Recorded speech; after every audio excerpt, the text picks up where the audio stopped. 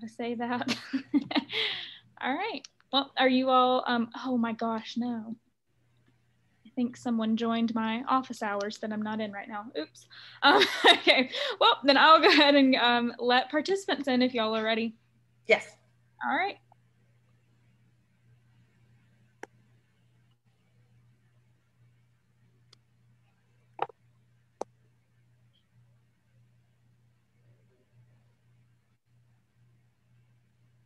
All right, there we go.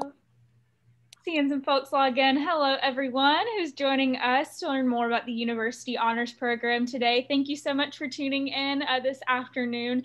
We will probably give it just a minute or so just to let everyone log on and get settled in. But again, thank you so much for being a part of our session today.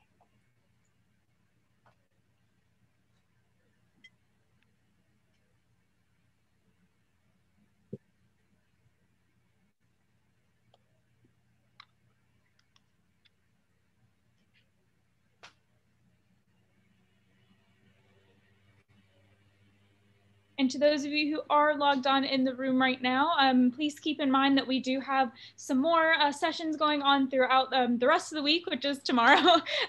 So we do have some things wrapping up. We have a student panel tomorrow. You can learn more about scholarships and things like that. So definitely tune into those and look into those different events that we have to finish up our honors week. And we also have the Instagram Live tonight as well. Yes, we do. That's at 6 o'clock, right? 5 o'clock, 6 o'clock? I think it's 6. 6, yes. And we will give it just a moment just to let anyone else log in who may be joining us. But again, thank you so much for tuning in.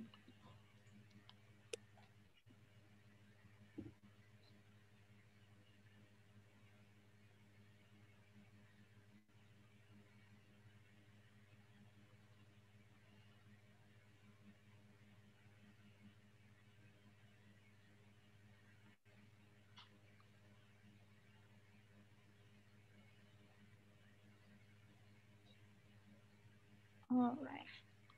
Number's been the same for a moment, so we will go ahead and get started. But thank you to those of us who are, those of you who are tuning in to learn more about the University Honors Program. We really appreciate your time with us today. My name is Lauren. I'm an admissions recruiter here at UNC Charlotte. I'm working with the Honors College to help recruit for these awesome programs that we have.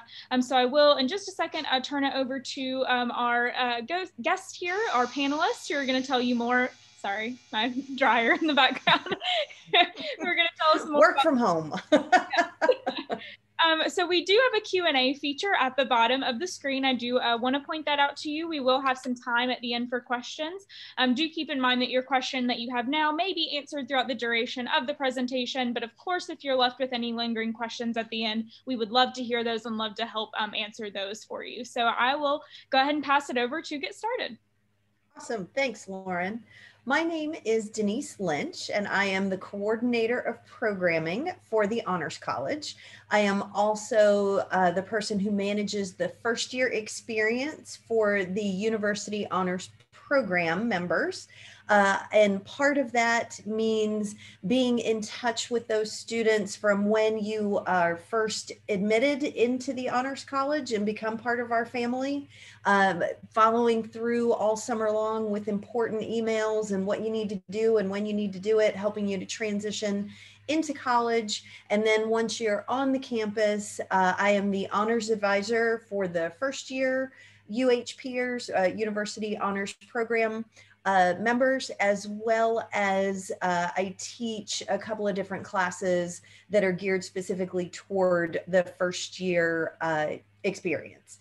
And with us today is one of our awesome students, and I will allow her to introduce herself. Hi, everyone. I'm Tanvi, and I'm a senior in computer science. And within UHP, I'm one of the lead ambassadors, and I'll talk a little bit more later about what that is. Awesome. Thanks. So what we have, before we even jump into the presentation, I want to talk a little bit about what this photo is that's up here. We have a ropes course on campus, and every year the first year students in UHP are, they take part in a a bonding experience, so to speak. This past year, it looked a little different with COVID. We're hoping by the time we get to this coming fall, it'll look a little more normal for us. But this is a group of our students on the High Ropes course. And what you see here are people working together as a team, building community, building trust with one another. And that's really a lot of what the University Honors Program is about, is offering you a safe place on campus, offering you a place to build community, to make friends, to really find your place on campus. And so that's what that's about. Okay, and so we've also want to share with you just a quick video about some of the reasons why you should choose honors.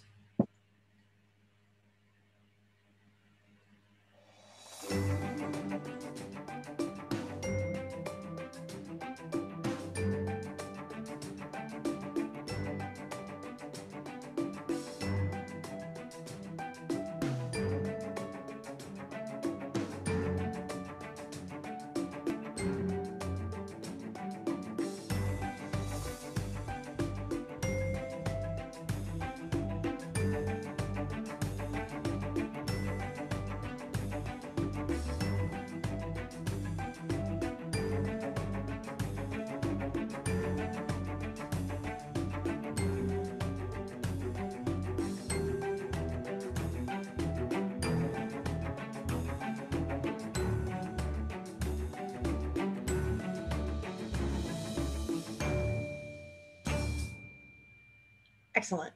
Now, let's see if I can successfully get us to the next page. No, see, I haven't been able to do that yet.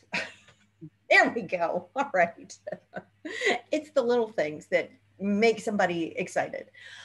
Okay, so engage, experience, and empower. Those are really the three words that kind of sum up what honors is like on campus at UNC Charlotte.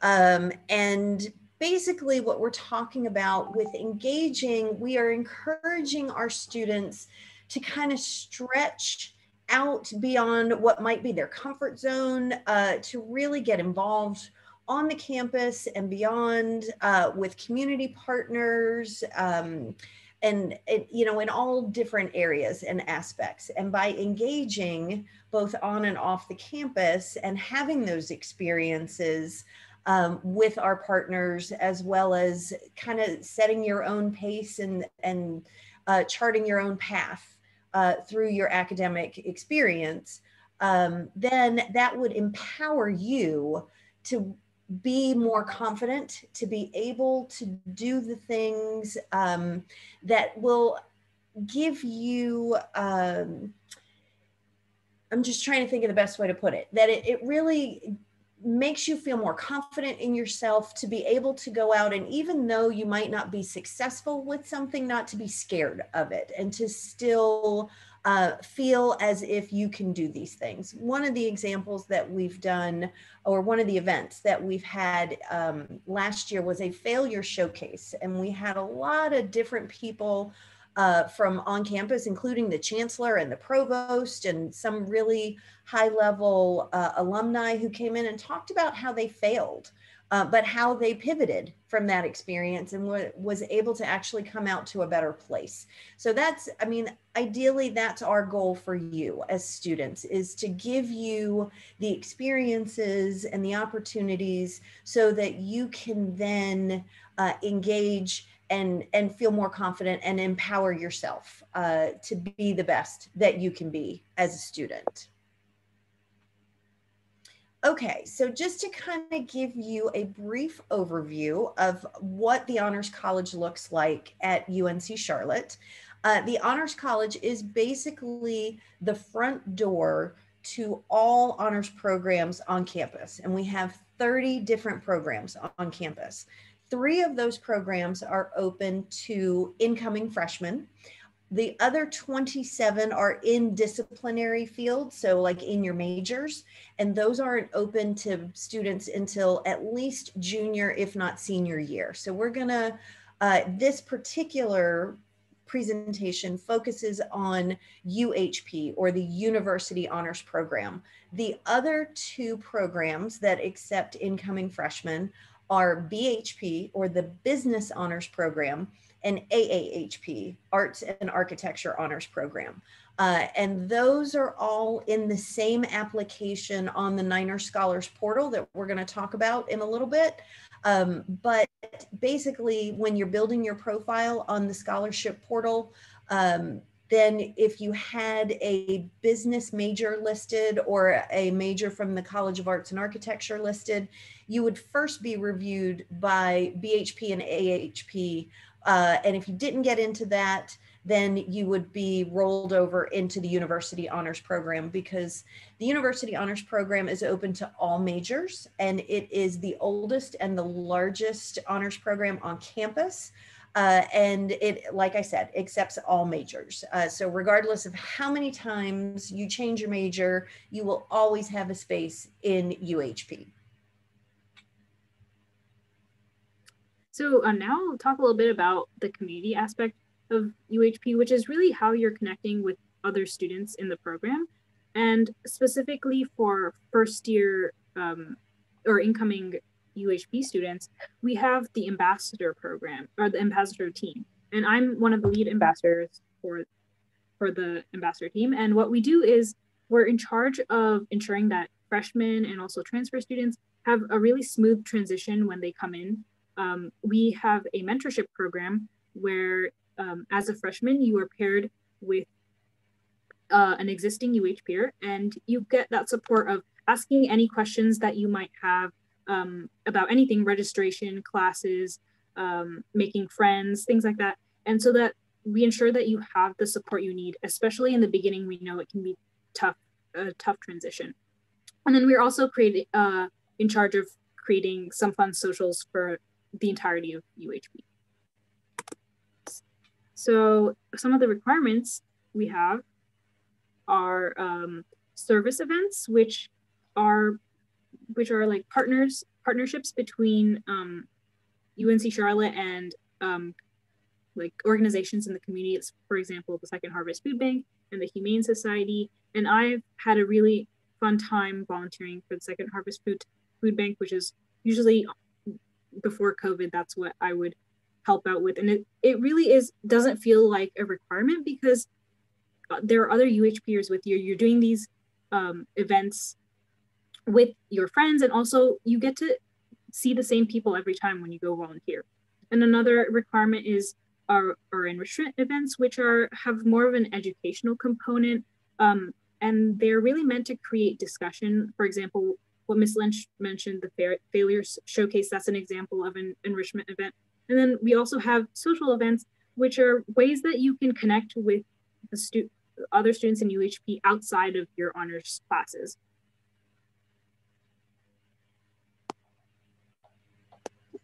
Awesome. Thank you, Tanvi. That is the extracurricular side of the University Honors Program.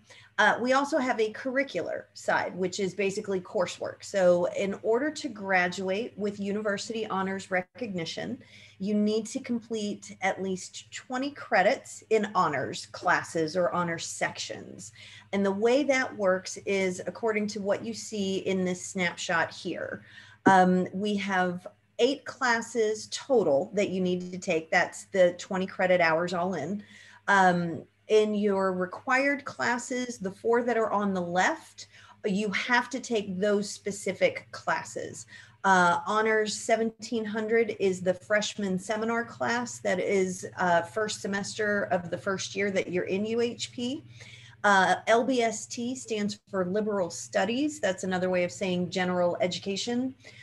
So the liberal studies requirement that you see here, 2301H, is one of the classes that is required for graduation from the university, but you would need to take the honor section of that class.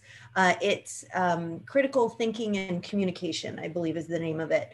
We refer to it as citizenship because the type of thinking and communication that you're learning about in that class is based on being a citizen of your community, being a citizen specifically in the Charlotte area. And so that is something that is taught a lot differently than the general ed requirement. So even if you had either AP credit or had taken a course that counted for the 2301, you would still need to take an honor section of 2301 in order to graduate with honors in the University Honors Program.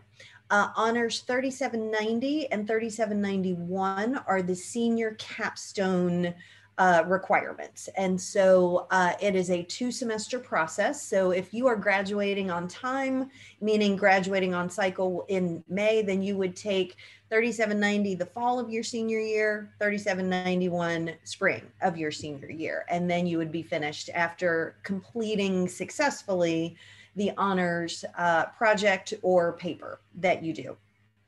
So those are the 4 required classes. The elective classes give you a little more flexibility. You have to take 12 credit hours, which works out to be 4 classes because most classes that are on campus are 3 credit hours. And so with the 4 electives, you could take any number of opportunities. You have any number of opportunities to satisfy that. Within liberal studies, there are a number of classes that we teach that we offer honor sections for. Again, liberal studies are all required in order to graduate with honors. So it's not that you're taking extra courses, you're just taking the honor section of those courses. And if you remember from the video that we played, one of the highlights of being in the honors program is that you've got the smaller class sizes. Within an honors LBST section, you'll be capped at 20. Sometimes you'll have even less than that. For example, the liberal studies class that I teach, which is arts and society with a music approach, my class is capped at 20. A general section of that course might range anywhere from 75 to over 100 students in a lecture hall. They, of course, with that many students, it's going to be very lecture-based, learning about dates and events and having to regurgitate that information onto an exam or tests. Whereas the type of class that I teach is we actually get to go and watch 4 different performances. And previous to this semester, it had been live performances.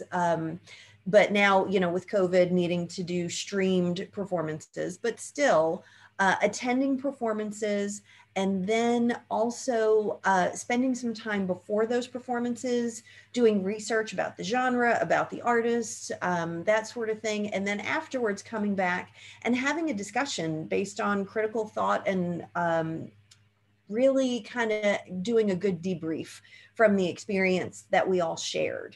And in doing that, building a community within the classroom. So you'll see that the idea of community runs really strong through the University Honors Program. And that's just one example of the liberal studies honors sections that are options for you. HONR 3700 are our honors topics classes. Those are specifically geared for honors electives, and they are open to second and third year students, people who have been through the program, have taken the Honor 1700, have taken Liberal Studies 2301, and so they're meant for you to have a deeper, more enriching experience. A lot of them are actually geared as very similarly to graduate discussion groups, like classes that you might have in a graduate program. Because you are going to be in a small class with a professor who is very passionate about what he or she is teaching, and you really get an opportunity to learn in those classes. And there is a minimum requirement of your 4 electives. You have to do at least 2 3700 classes. And if you're coming in with a lot of credits, like 30 to 50 credits because you were either in taking a lot of AP classes or dual enrollment or maybe middle college or early college, something like that, then you can qualify for what we call advanced entry, which means you won't have to take as many of the elective requirements. If you come in with 30 to 59 credits, then you will only have to take 3 of those electives. If you come in with more than 60 credits, then you only need to take 2 of the 4 electives. So it allows you to progress through the curriculum in the amount of time that you might still have remaining on campus. Okay, I'm going to turn it back over to Tanvi so she can talk a little bit about her personal experience. Yeah, so coming into UHP, I obviously knew what the benefits were on paper. Like you have priority registration, which lets you basically register for classes before anyone else on campus, which is actually, like, it might not sound that great, but like when you get to college, you'll really realize how much of a benefit it is. And then also living in Levine Hall, that really defined my whole freshman experience. Levine Hall is you have the option to live there during your first year as a UHPer. And that's where I met some of my best friends, and I had kept my friendships in UHP throughout all 4 years of college. And in addition, my honors classes, going back to that aspect of community that Ms. Lynch talked about, my computer science classes were probably, my freshman classes were probably more than 90 students, and it was very hard to form connections in those courses. But in my honors classes, that's where I got to explore different topics. And then also, that's where I saw the students in my honors classes, and I also got to see them outside of class in the enrichment and social events. So in one of my classes is called citizenship, and that's one of the honors classes that you're required to take. And in that class, I partnered with a nonprofit in the Charlotte community, and I got to do a semester-long community service project. And that was a very enriching experience for me, because that's not something I would have been able to do in computer science in my major. Now, in terms of like the support you receive, we have an honors advisor, and I've really taken advantage of meeting with her, asking all the questions that I have and helping to plan like what my 4 years would look like. And through that, I've gotten the opportunity to study abroad. I studied abroad in Singapore last semester. And then also my honors advisor helped me apply for different opportunities. For example, I had a paid research experience in Germany last summer. And without my honors advisor, I don't know if I would have learned about what undergraduate research was. And I would say that the opportunities that you get in UHP are not like the ones you would get just in your major, because in your major, there's hundreds and thousands of students, and not everyone gets the same attention as you would in such a smaller community like UHP. Yeah, it's true. And so really, that video that we played at the beginning is also on our YouTube channel. So if you didn't catch all of it, or you wanted to see it again, please check that information out. And there's a lot of other really cool videos there too, that give you some insight into what it's like to be a student of UHP. So how do you apply to be part of this really amazing family that we have here? You would go through the Niners Scholars Portal, which is located at scholarships.uncc.edu. You would need to build your profile. You would not have to wait until you hear back from the university as to whether or not you've been accepted. You want to go ahead and start this application process now. And that way you can hit the really important priority deadline that you see there at the bottom of the page, December 15th. And I'll go into a little more details with that in a moment.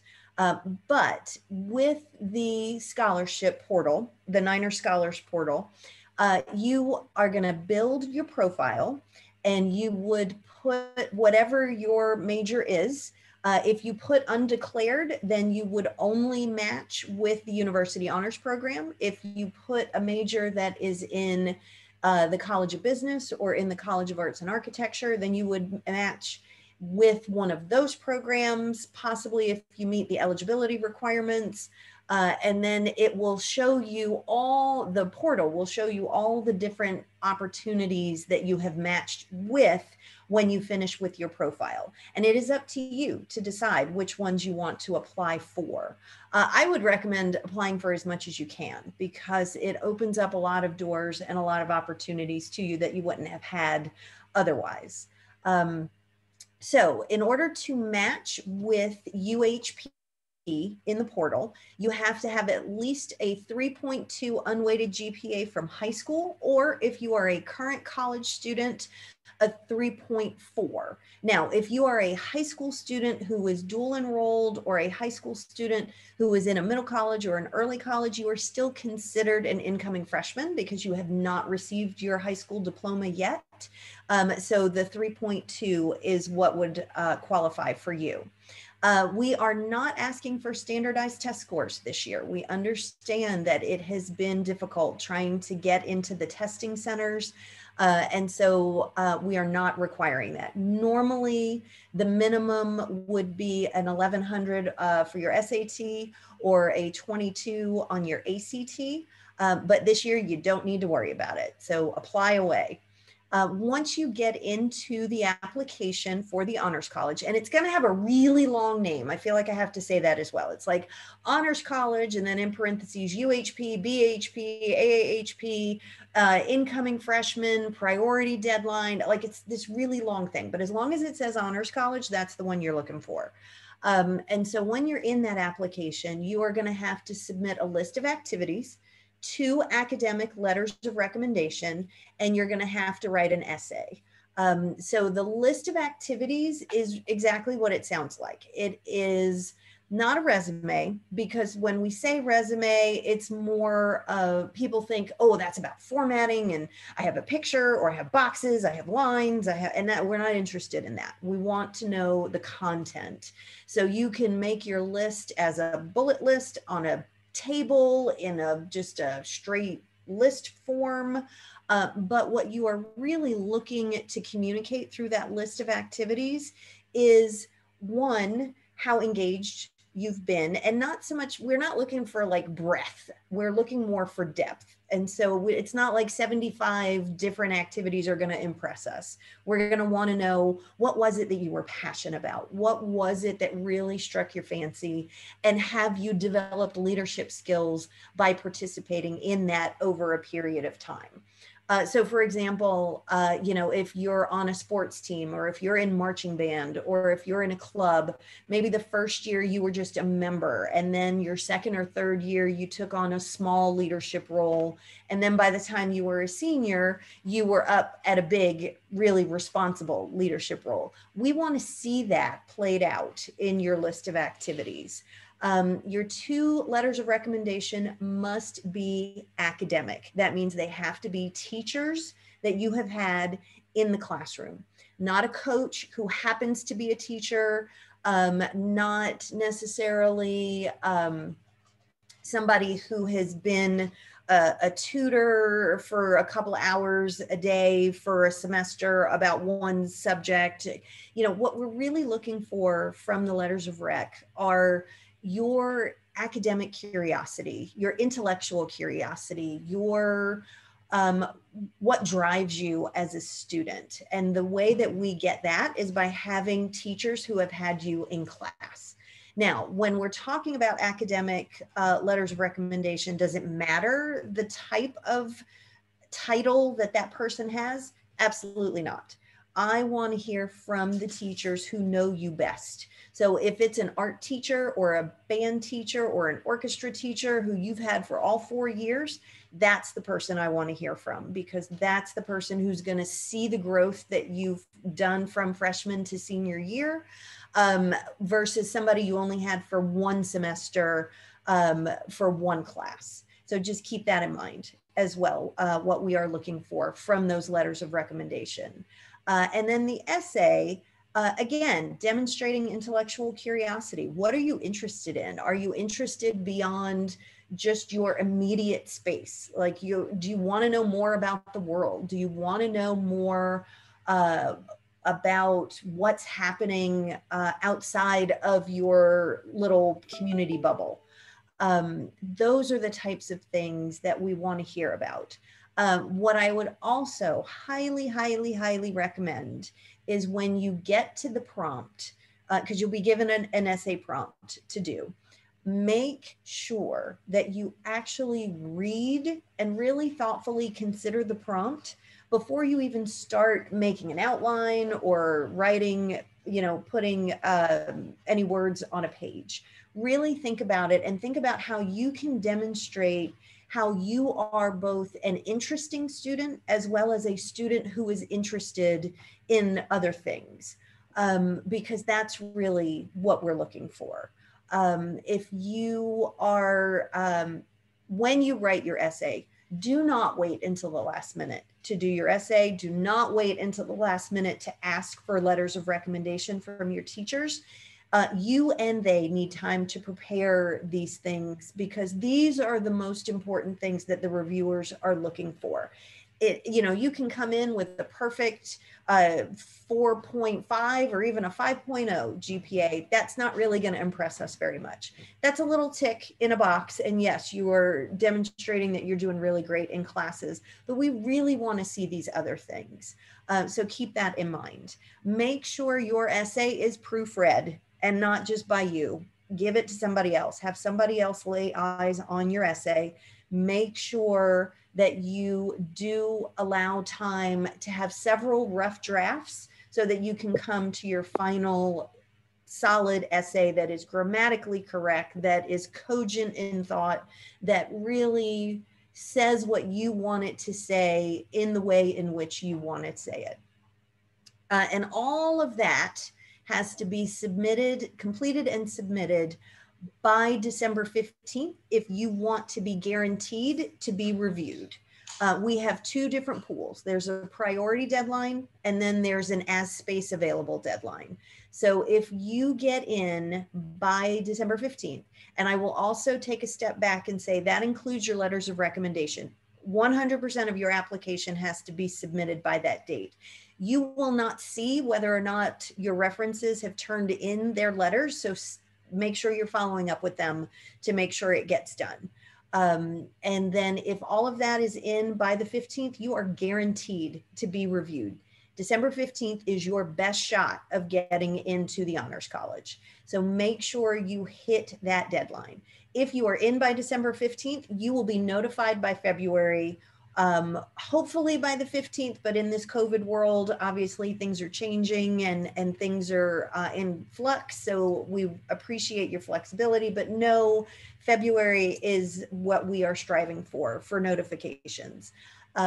If you miss the December 15th deadline, and I mean, even if it's December 16th, that is still after the deadline. If you miss the December 15th deadline, your application will only be reviewed if there is still space available in the Honors College. So if you turn it in on December 16th, it's not even going to be looked at until March. And then you will not hear anything until late spring, possibly even mid to late summer, depending on how many spaces we still have available. So clearly you can see that hitting that December 15th deadline, if you are serious about wanting to get into the Honors College, that is absolutely your best bet to be able to do that. Okay. So just some things to remember, and obviously those events in the bottom corner did not get erased after I made this presentation on Monday. So though, look for the things that are still either today or tomorrow. So the Instagram Live and the Levine Hall Tour are really cool things, as well as the student panels.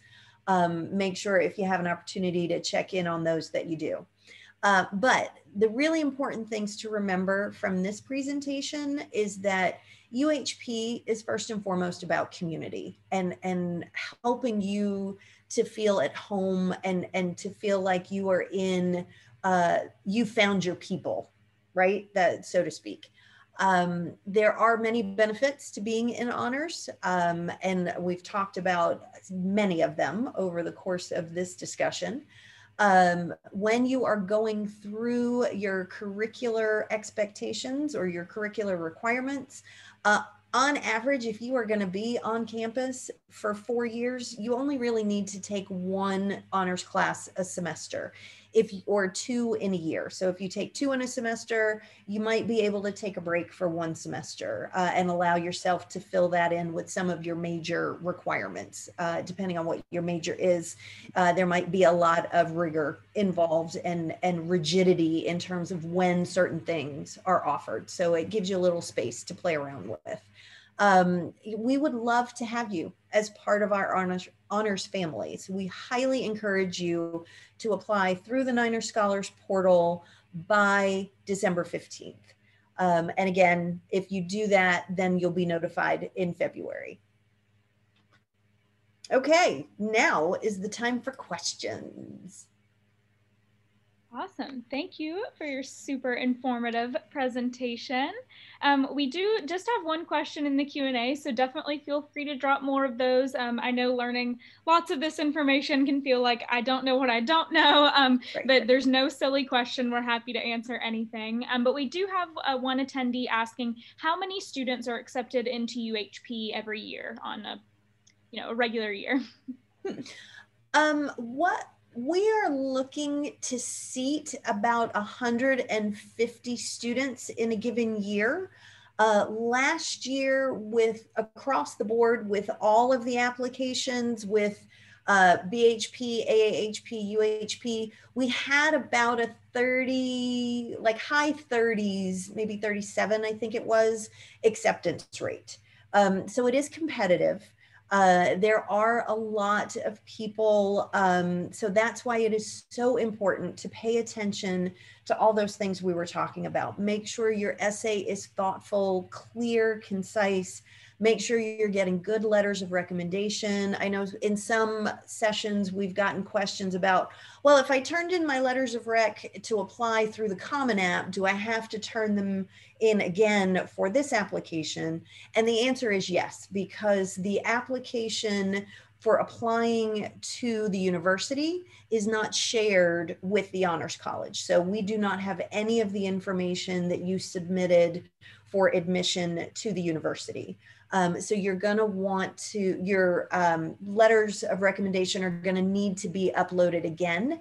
And I don't even know if I would advise that you have the same letter, because we are looking for something different than what the university looks for. And if you have a teacher who just wrote a generic letter of recommendation, that might not be enough to kind of put you up at the top of the list. So talk to your teachers that you know, talk to the teachers that know you, explain to them what it is the Honors College is looking for, and know that if you have any questions, you can always ask us about that. But know that if you have a teacher who is able to speak to your growth, your intellectual curiosity, how you've developed as a student, that is always going to be better than something that's kind of flat and not really specific to you. Great, thank you. And we do have one student or one attendee asking, how manageable would it be to take honors classes and complete any mandatory activities that go along with honors and having a double major? Tanvi, can you, I don't know if you have a double major, but can you speak a little bit about how, what's expected with the honors curriculum and how you can flex with that?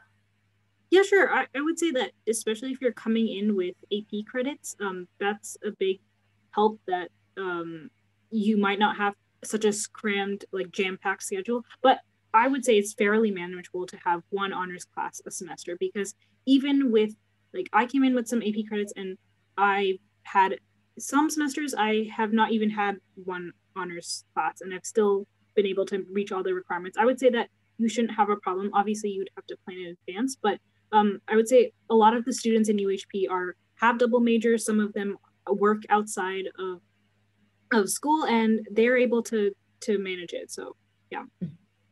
Yeah, I think it's about balance and about knowing what you need to get done, and being aware of your time management and those skills, because sometimes it's easy to let things slide, but the more you want to do and the more you want to put on your plate, the better you need to be with managing the time to be able to do those things. And it is absolutely possible to be able to do it. You just need to be aware of that. Awesome. And Tanvi, you may be able to answer these questions really well. These are some awesome, thoughtful questions. So what is your favorite part or best memory of being in honors so far? And how quickly did you feel that you became a part of, the honors family? How quickly did that happen for you? Honestly, I would say even before the first day of class, because we have a ropes course every year as part, it's called Venture, and it's a requirement as honor student. You do it before classes even start, and that's where you start forming connections with your fellow UH peers. And that is probably one of my favorite memories, because I met the friends that I made during this ropes course, during this whole day full of different team building activities. Those friends are the same ones I've had all 4 years of college, and I was able to come into college from the first day having friends, and that is something I would say is very special. And that's that photo that was at the very beginning of the slideshow. That was an example of a group during Venture. The photo that's on the screen right now is a photo that was taken at a UHP retreat. So, we're always trying to do things that help the students to bond with one another, which is another reason why we have those extracurricular expectations. Not so much that we want you to do them to tick a box because now, oh, you did service. It's not about that. It's about doing service with your fellow UH peers. It's about learning in an enrichment event with your fellow UH peers. It's, the social is about getting to know your fellow UH peers. So it's all about community. Awesome. So I believe you might have mentioned something about a senior project. One of the attendees is asking if you could just tell us a little bit more about what that entails. Go, Tanvi. Yeah, sure. You're in the middle of it now, aren't you? Yeah, I'm doing it right now. So you have the option of doing a UHP senior capstone. Well, you do have to do a senior project if you're in UHP, but it can either be departmental in your actual major, or you can do an interdisciplinary project, which is what I'm doing. And takes up, it's actually a whole year-long project. The first semester, you're kind of preparing for it, getting a committee together, planning what the project is going to be. And the second semester, next semester, is when I'm actually going to be working on the project. And I would say that's a very good experience, because you are coming up with a research idea, going through the proposal stage, going through the actual research of it, and then writing that report at the end. And that's a very unique experience that you might not have otherwise. Awesome. I don't see any more questions in the Q&A. I will ask one big one that I know we get from a lot of students, and I'm not sure if you mentioned it or not, so sorry if I'm repeating, but a lot of students ask us whether it is required to live in Levine Hall, and if you recommend living in Levine Hall as an honors student. So, all right. Yeah. No, I mean, we kind of sort of talked about it, but not really to that level. So I'll answer the first part of that, and then I'll let Tanvi respond to the second part. Honors housing is not required at UNC Charlotte. It is highly recommended that you live on campus, because students who live on campus tend to have higher GPAs because you're more focused, you're closer to your resources. The advantage of living specifically in Levine Hall, and Levine Hall is first and foremost a residence hall or a dorm, but it is also the home to the administrative offices for the Honors College as well as for the Levine Scholars Program. So if you live in Levine, you are really close to staff, and you are really close to our seminar rooms, which is where a lot of the honors sections are taught. You are really close to the space where we're doing the socials, obviously once we're allowed to be outside and being in the same room with one another. But you're really close to all of that. There are 2 floors reserved specifically for nobody but honors in Levine. but there are honors students who live on all 5 of the floors. There are also honors students who live in every other dorm on campus as well. You know, there are learning communities, living learning communities, if you wanted to be involved with that. We allow for that to happen. You do not have to live in Levine Hall. But I will allow Tanvi to speak to her personal experience with that. Yeah, so I definitely, the quality of the dorms are so nice. Like, I think it's a consensus on campus that Levine Hall is probably one of the best ones. and it's the newest. It's the newest. And also there's different styles. You have a suite style where you can have your own room in a 3-person suite with a living area. There's also an apartment style. And in addition to that, you also get to interact with your fellow UH peers more, because you're seeing them in the hallways, in the study areas. There's always someone there that you can talk to. The proximity is really nice. It's really close to the library. It's close to one of the dining halls. I would say overall, like, you feel like you are in an actual like community, like a smaller community when you're living there. Yes, and I can say as a student who did not live in Levine, I lived in one of the oldest halls on campus my freshman year, but I did have friends visit me from other institutions and they said, oh my gosh, this looks brand new. So you're lucky when you go to UNC Charlotte that all of the residence halls really do look newer, but I will say the first time I walked into Levine, oh my goodness, I was, this is next level. Yeah, it's like luxury almost. Yeah, and I mean, there's a full kitchen downstairs that you can use, and you know, it really is a great hall to be in. I recommend, even though I did not live there. I highly recommend. All right, well, I don't see any other questions in the chat or in the Q&A feature, but we do have the website listed here, as well as the Instagram and YouTube channel. I highly recommend looking at those.